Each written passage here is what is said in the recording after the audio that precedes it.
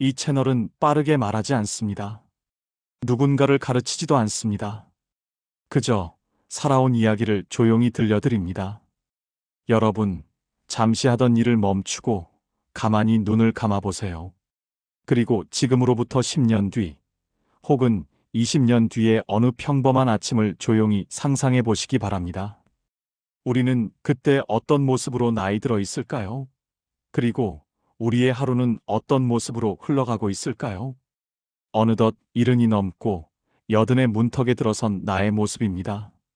창밖으론 해가 중천에 떴는데 방 안은 어둡고 묵직한 공기로 가득합니다.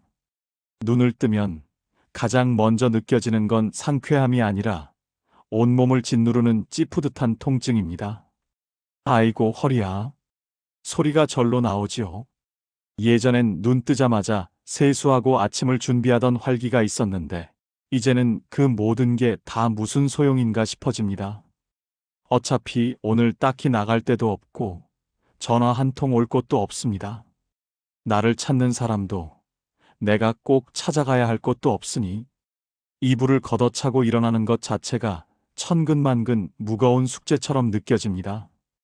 결국 눅눅해진 이불을 발치에 대충 뭉개놓은 채 며칠째 입어 무릎이 툭 튀어나온 잠옷차림 그대로 거실로 나옵니다.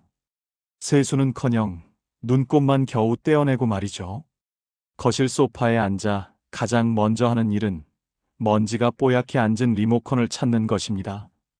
TV를 켜면 들려오는 시끌벅적한 소리만이 고요하다 못해 적막한 집안의 유일한 생기처럼 느껴집니다. 점심때까지 멍하니 앉아 의미 없는 채널만 이리저리 돌립니다. 홈쇼핑의 화려한 광고를 보다가 세상 돌아가는 험한 뉴스들을 보다가 그렇게 소중한 오전이 속절없이 흘러가 버립니다. 배가 고파지면 부엌으로 향하지만 나 자신을 위해 정성껏 밥을 지을 기운은 이미 바닥나 있습니다. 냉장고 문을 열어 며칠 지난 반찬통을 꺼내고 냄비째 남은 찌개에 찬밥을 대충 말아 먹습니다.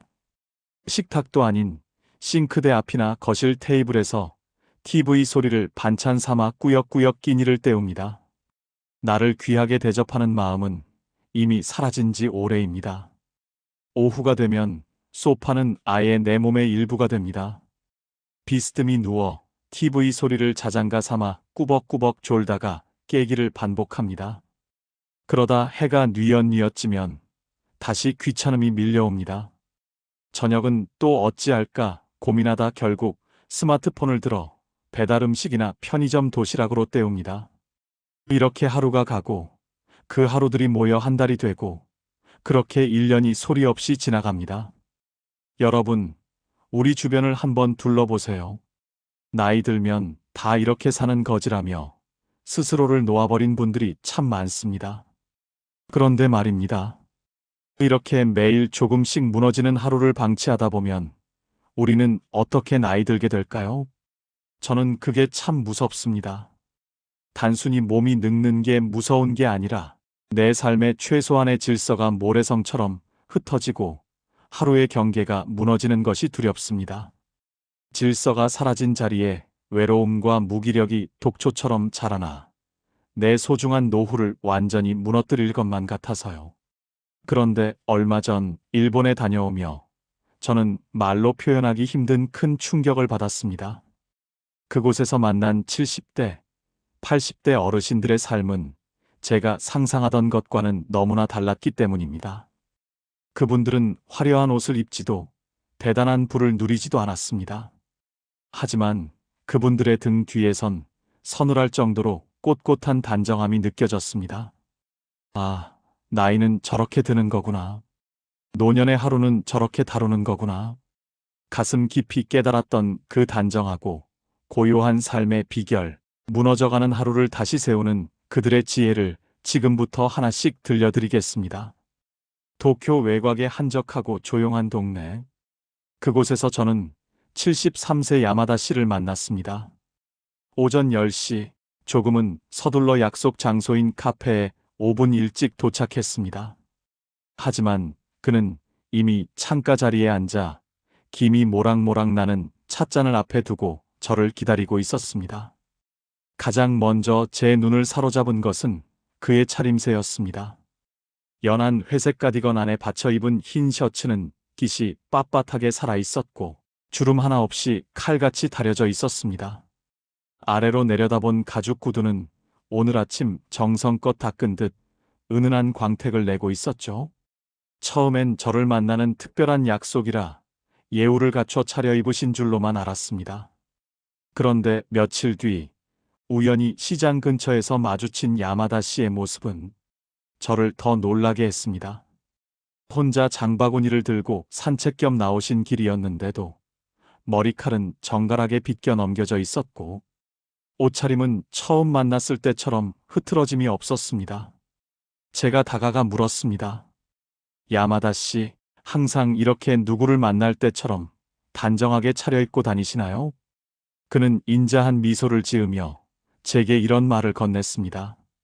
선생님, 저는 매일 아침 눈을 뜨면 제일 먼저 옷부터 갈아입습니다.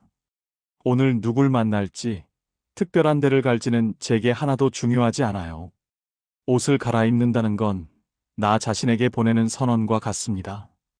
오늘 하루도 헛되이 보내지 않고 제대로 시작하겠다는 신호지요. 잠옷을 입고 있으면 몸도 마음도 금세 진흙탕처럼 늘어져 버립니다. 나이 들수록 그 늘어짐이 가장 무서운 법이거든요. 그날 오후, 저는 야마다 씨의 작은 아파트에 초대받았습니다. 우리식으로 치면 20평 남짓한 소박한 공간이었는데 현관문을 여는 순간 코끝에 닿는 공기부터가 달랐습니다. 묵은내 하나 없이 맑고 가벼운 공기. 현관 바닥엔 외출할 때 신고 나갔던 신발 딱 2켤레가 나란히 놓여 있을 뿐이었습니다. 거실로 들어서니 더 경이로웠습니다. 낡았지만 윤이 나는 작은 소파 하나, 낮은 나무 테이블 하나, 그리고 작은 TV가 전부였습니다. 부엌 조리대 위에는 흔한 양념통 하나 나와 있지 않았고 빳빳하게 마른 깨끗한 행주 한 장만이 자를 댄 듯 반듯하게 개져 있었죠. 물건이 어쩜 이렇게 없으신가요? 라고 묻자 야마다 씨는 차분히 고개를 끄덕였습니다. 젊었을 땐 저도 채우는 맛에 살았습니다. 이것저것 사 모으고 언젠가 쓰겠지 하며 쟁여두었죠. 그런데 70이 넘으니 비로소 깨달았습니다. 물건이 많으면 관리할 게 많아지고 관리할 게 많아지면 내 늙은 몸과 마음이 너무 무거워진다는 거요. 이제는 정말 내 손때가 묻고 꼭 필요한 것만 남겼습니다. 집이 가벼워지니 비로소 저도 자유로워졌습니다. 야마다 씨는 매일 아침 30분씩 집을 정돈합니다. 밤새 몸을 뉘었던 이불을 팽팽하게 펴서 개고 창문을 활짝 열어 환기를 시킵니다. 화장실 거울에 튄 물방울을 닦고 싱크대 주변을 쓱 한번 흡습니다. 지겹지 않으냐는 제 질문에 그는 지겨운 게 아니라 안정적인 것이라고 답했습니다. 아침에 이 작은 일들을 해내면 마음이 차분하게 가라앉습니다. 나이 들수록 이런 사소한 루틴이 삶을 지탱하는 기둥이 됩니다. 이 기둥이 흔들리면 내 노후 전체가 한순간에 무너집니다. 우리의 아침은 어떤가요? 이불을 대충 뭉개놓고 거실로 나옵니다. 이따가 치워야지 하며 미루다 보면 어느새 저녁이 되고 결국 그 눅눅하고 어지러운 이불 속으로 다시 기어들어갑니다. 어쩌면 그 사소한 귀찮음과 흐트러짐이 하나둘 쌓여 우리의 소중한 노후를 지저분하고 무기력하게 오염시키고 있었던 건 아닐까요? 야마다 씨의 다려진 셔츠기처럼 우리도 오늘부터 내 삶의 작은 구석부터 빳빳하게 세워보는 건 어떨까요? 오사카에서 만난 71세 사토 씨는 벌써 6년째 홀로 살고 계신 분입니다. 남편은 사별했고 두 딸은 각자 가정을 꾸려 멀리 타지에 살고 있습니다. 손주들의 재롱 섞인 영상통화가 한 달에 한두 번 오는 게 유일한 소통이지요. 자칫하면 세상에서 잊힌 듯 고립되기 쉬운 처지였지만 사토 씨에게선 그늘진 기색을 전혀 찾아볼 수 없었습니다. 오히려 맑고 단단한 기운이 느껴졌지요. 제가 그 비결을 묻자 사토 씨는 손때 묻은 작은 수첩 하나를 조심스럽게 꺼내 보여주었습니다. 그 안에는 놀랍게도 아이들 학교 시간표처럼 요일별 일정이 빼곡하게 적혀 있었습니다. 월요일 오전 9시 가계부 정리, 11시 도서관 가기, 화요일 오전 동네 한 바퀴 산책, 오후 집 청소. 매주 거의 똑같이 반복되는 남들이 보기엔 별것 아닌 이 일정들이 사토 씨에겐 삶을 지탱하는 설계도였습니다. 사토 씨가 처음부터 이렇게 사셨던 건 아닙니다. 남편이 떠나고 처음 몇 달은 지독한 무기력에 빠졌다고 합니다. 남편이 가고 나니 아침에 눈을 뜨는 게 고통이었어요. 오늘은 뭘 해야 할지, 아니, 뭘 할 필요조차 없다는 사실이 저를 숨막히게 했죠. 종일 멍하니 창밖만 바라보다 보면 해가 지고 그렇게 하루를 허비하면 밤에 자책감이 밀려와 눈물이 났습니다. 그녀는 그때 깨달았습니다. 혼자 사는 노인에게 가장 무서운 적은 외로움보다 할 일이 없는 자유라는 사실을요. 끝도 없이 주어진 그 자유는 금세 나태함이 되고 나태함은 우울이 되어 삶을 갉아먹었습니다. 그래서 사토 씨는 스스로를 규율하기 시작했습니다. 매일 아침 6시 반이면 알람이 울리기도 전에 눈을 뜹니다. 잠이 오든 안 오든 몸이 무겁든 가볍든 무조건 커튼을 활짝 열어 젖히고 따뜻한 물 한 잔을 마십니다. 내 몸이 기억하게 만드는 거예요. 6시 반은 기상, 7시는 스트레칭, 8시는 정각 식사. 이렇게 시간을 정해두면 내 몸도 그 규칙을 따라갑니다.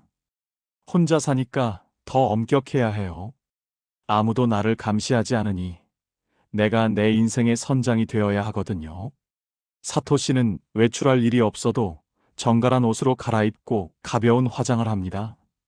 그리고 오후가 되면 수첩에 적힌 대로 목적지를 향해 나섭니다.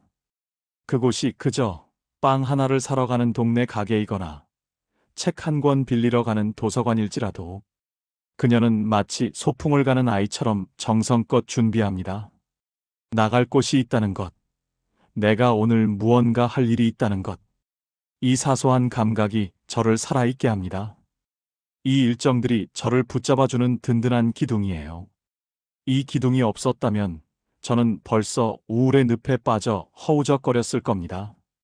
여러분, 혹시 오늘 아침에 일어나 오늘은 뭐 하나 하는 막막함에 다시 이불을 뒤집어 쓰진 않으셨나요? 사토 씨의 시간표는 우리에게 말해줍니다. 대단한 취미나 화려한 사교 모임이 없어도 괜찮다고. 그저 아침에 일어나 이불을 개고 정해진 시간에 밥을 먹고 동네 한 바퀴를 도는 그 작은 약속들이 우리의 노후를 얼마나 존엄하게 지켜주는지를 말입니다. 나를 돌보는 사람이 나뿐인 시절, 스스로를 방치하지 않고 소중히 대접하는 사토 씨의 시간표가 오늘따라 참 아름답게 느껴집니다. 교토의 한 오래된 골목, 은은한 커피 향이 풍기는 작은 카페에서 저는 76세 타나카 씨와 그의 친구들을 만났습니다. 이분들은 매주 수요일 오전 10시면 어김없이 이곳에 모인다고 합니다. 놀랍게도 이 모임은 무려 35년째 이어져 오고 있었습니다. 35년이라니 강산이 3번이나 변할 시간 동안 우정을 지켜온 비결이 무척 궁금해졌습니다. 저는 옆 테이블에 앉아 조용히 그들의 대화에 귀를 기울여 보았습니다. 그런데 제 예상과는 전혀 다른 대화가 오가고 있었습니다. 보통 우리네 모임은 어떻습니까? 자식들은 취직했나? 손주는 말 잘 듣나? 요즘 어디 아픈 데는 없고? 남편이랑은 여전해? 이런 사적인 질문들이 안부라는 이름으로 쏟아지곤 하죠. 하지만 타나카 씨와 친구들의 대화엔 나와 내 가족에 대한 이야기가 거의 없었습니다. 대신 그들은 어제 본 다큐멘터리 이야기, 신문 구석에 난 재미있는 과학 기사, 동네 공원에 새로 심긴 꽃 이름, 그리고 요즘 유행하는 스마트폰 앱 사용법 가볍고 세련된 주제들로 웃음꽃을 피우고 있었습니다. 1시간 남짓 유쾌하게 담소를 나누던 그들은 그럼 다음 주에 보세라는 깔끔한 인사와 함께 각자의 길로 향했습니다. 모임이 끝난 뒤 타나카 씨에게 조심스레 물었습니다. 35년이나 된 막역한 사이인데 왜 서로의 개인적인 사정은 묻지 않으시나요? 타나카 씨가 인자하게 웃으며 대답했습니다. 선생님, 나이 들면 집집마다 말 못할 사정이 하나씩은 다 있게 마련입니다. 몸 아픈 거, 자식 속 썩이는 거, 돈 걱정. 그런 거 꺼내놓기 시작하면 모임 분위기가 금세 눅눅해져요. 위로한답시고 던진 말이 누군가에겐 상처가 되기도 하고요. 우리는 서로의 짐을 구태여 들춰내지 않습니다. 그저 이곳에 와서 차 한 잔 마시며 즐겁게 웃고, 아, 내가 아직 사회의 일원이구나라는 활력만 얻어가면 돼요. 그 적당한 거리가 35년 우정을 지켜준 비결입니다. 그는 작년에 친구 한 명이 수술했을 때의 일화도 들려주었습니다. 우리 같으면 매일같이 병실을 찾아가 눈물을 찍어내며 곁을 지키는 게 도리라고 생각했을지 모릅니다. 하지만 그들은 달랐습니다. 우리는 일주일에 한 번씩 돌아가며 딱 10분만 들렀습니다. 과일 바구니 대신 짧은 쪽지 하나 건네고 얼굴 보니 안심되네 하며 바로 나왔죠. 아픈 사람은 쉬어야 하는데 위로한답시고 오래 앉아 있으면 그것도 공해거든요. 나중에 그 친구가 퇴원해서 그러더군요. 부담 주지 않고 조용히 곁을 지켜준 게 가장 큰 위로였다고. 이것이 일본 시니어들이 관계를 맺는 방식입니다. 끈적이지 않습니다. 간섭하지 않습니다. 그리고 함부로 충고하지 않습니다. 자식과의 관계도 이와 닮아 있습니다. 나고야에서 만난 68세 코바야시 씨는 아들이 명절에 못 온다고 해도 서운해하지 않습니다. 아들도 제 인생 살기 바쁜데 내가 짐이 되면 되겠습니까? 아들이 자주 안 와도 내가 여기서 내 루틴 지키며 즐겁게 살고 있으면 아들도 마음 놓고 제 일에 집중할 수 있죠. 자식에게 기대하지 않는 것, 그것이 자식도 살리고 나도 살리는 길입니다. 우리는 그동안 정이라는 이름으로 서로를 너무 옥죄고 살았던 건 아닐까요? 서운함은 기대에서 나오고 상처는 너무 가까운 거리에서 생깁니다. 타나카 씨의 모임처럼 조금은 싱거운 듯하지만 담백하고 예의 바른 거리두기. 그것이 노년의 인간관계를 더 풍요롭고 오래가게 만드는 진짜 지혜가 아닐까 싶습니다. 후쿠오카의 79세인 사사키 할머니는 혼자 살면서도 식탁에 꽃을 꽂고 정성스레 식사 준비를 합니다. 생선 한 마리를 구워도 예쁜 접시에 담고 국물 한 그릇도 제대로 우려냅니다. 내가 나를 대접하지 않으면 세상 그 누구도 나를 대접해주지 않아요. 밥을 대충 먹으면 내 인생도 길가에 굴러다니는 낙엽처럼 느껴지거든요. 나는 여전히 소중한 사람이고 내 하루는 여전히 가치 있다는 걸 증명하기 위해 저는 오늘도 식탁을 닦습니다. 여러분, 노후를 잘 보낸다는 건 거창한 게 아닙니다. 억만금을 모으거나 자식에게 효도받는 게 아닙니다. 내 몸과 마음이 흐트러지지 않게 매일 아침 나를 정돈하는 것, 그것이 전부입니다. 내일 아침 일어나면 가장 먼저 이불부터 팽팽하게 펴보세요. 그리고 누굴 만나지 않더라도 세수하고 머리를 빗고 단정한 옷을 입으세요.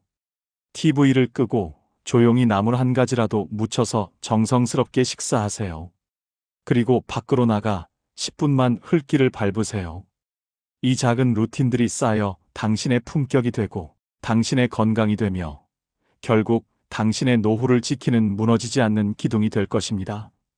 당신은 여전히 단정하고 여전히 아름다운 사람입니다. 오늘 하루도 충분히 잘 살아오셨습니다. 이 자리에서 당신의 이야기를 함께 할 수 있어 고맙습니다. 감사합니다.